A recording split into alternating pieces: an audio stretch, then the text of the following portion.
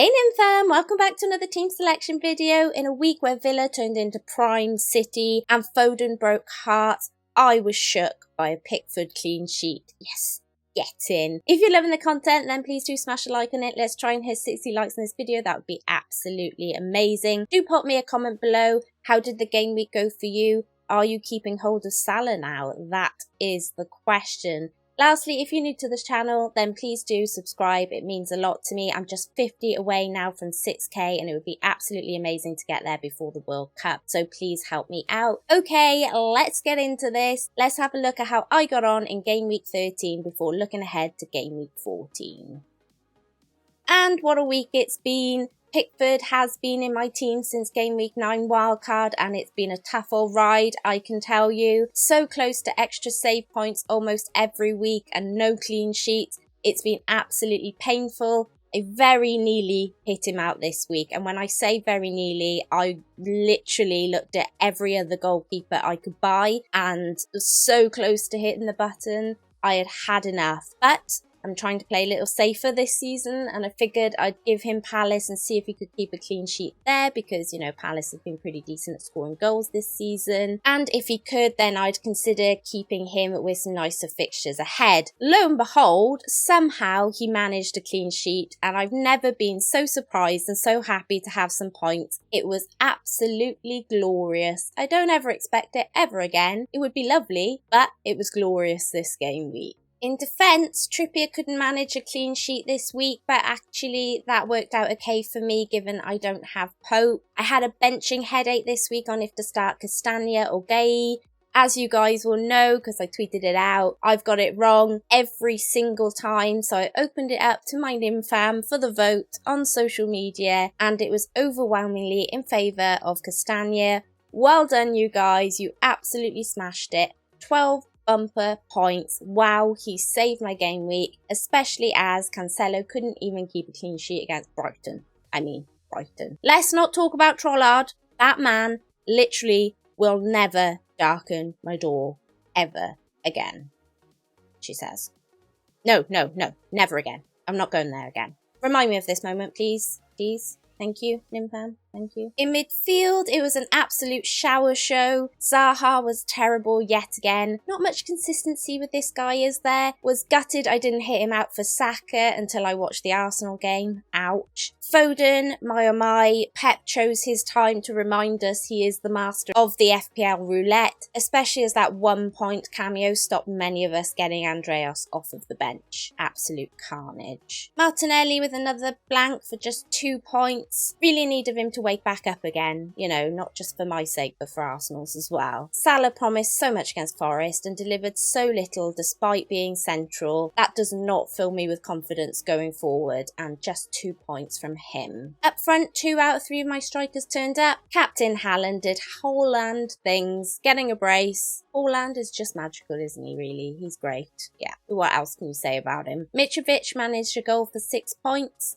Brilliant. We won't moan about that, but we will moan at Tony's blank. What the hell has happened to Brentford? I mean, what happened in that game? Seriously?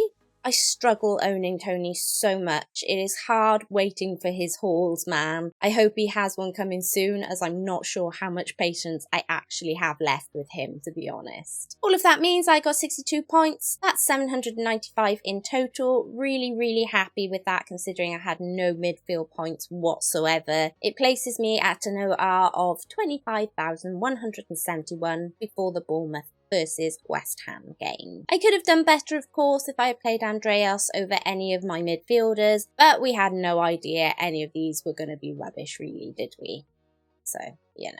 With that, let's have a look at how I'm currently lining up in game week 14. Looking at this team, I don't mind it in terms of the fixtures, but in terms of form, it's seriously lacking. Zaha and Salah are the obvious problems in that department, but Tony is also hit and miss, as you guys know. My gut reaction after the Liverpool Forest game was to move Salah on for Saka for game week 14, but having watched both the Forest and the Arsenal game, I'm not so sure now, especially with Leeds looking so bad. Now, I know Arsenal are at home, and I hope we'll fare a little better than Liverpool against Forest, so it would be nice to have another of our players for that match. But with Zaha and Salah both having good fixtures, it's not as easy a sell as it looks on paper. Tony to Jesus is also on my mind, but I have to hope that Brentford will want to come back fighting after that heavy defeat to Villa and prove themselves, and hope that Tony can get one of those hauls that I so desperately need. So I think I might roll, and that's what this team would look like if I do. I wouldn't mind selling Webster, and there's still my iffy Pickford problem, so 2 free transfers next game week would be absolutely lovely. That said, my FOMO for Saka might get the better of me,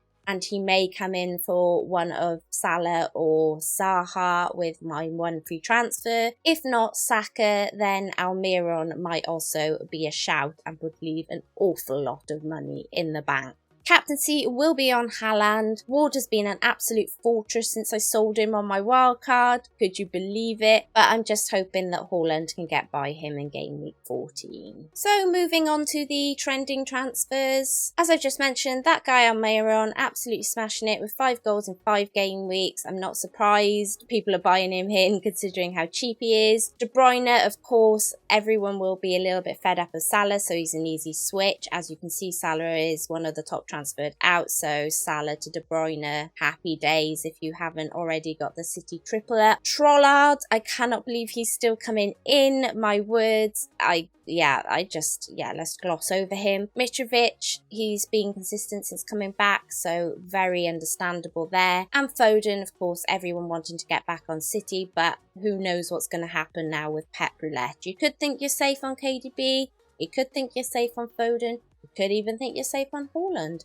And let's wait and see what Pep does to us next game week. As say, Salah, most transferred out. James, of course, with his injury, a lot of money there, people freeing up cash. Ross, I guess, Trossarda's doing everything there, so that's an easy sell. Jesus, a bit surprised with that one. He's got Forest up next, so that could go either way. And Zaha, again, the one that I'm considering looking at moving on. He's got a good fixture, so that is a tough sell. But the guy is so inconsistent at the moment, so you can absolutely understand why lots of people are selling him on. And that's it. Thanks for watching. If you want to continue helping me and the channel out for more helpful tips and tricks this season, and a bit of entertainment of course, then please do subscribe to the channel if you haven't already. It means a lot to me. But for now, do check out the sponsors of this video, fantasyfootballfix.com. Until next time, Nympria out.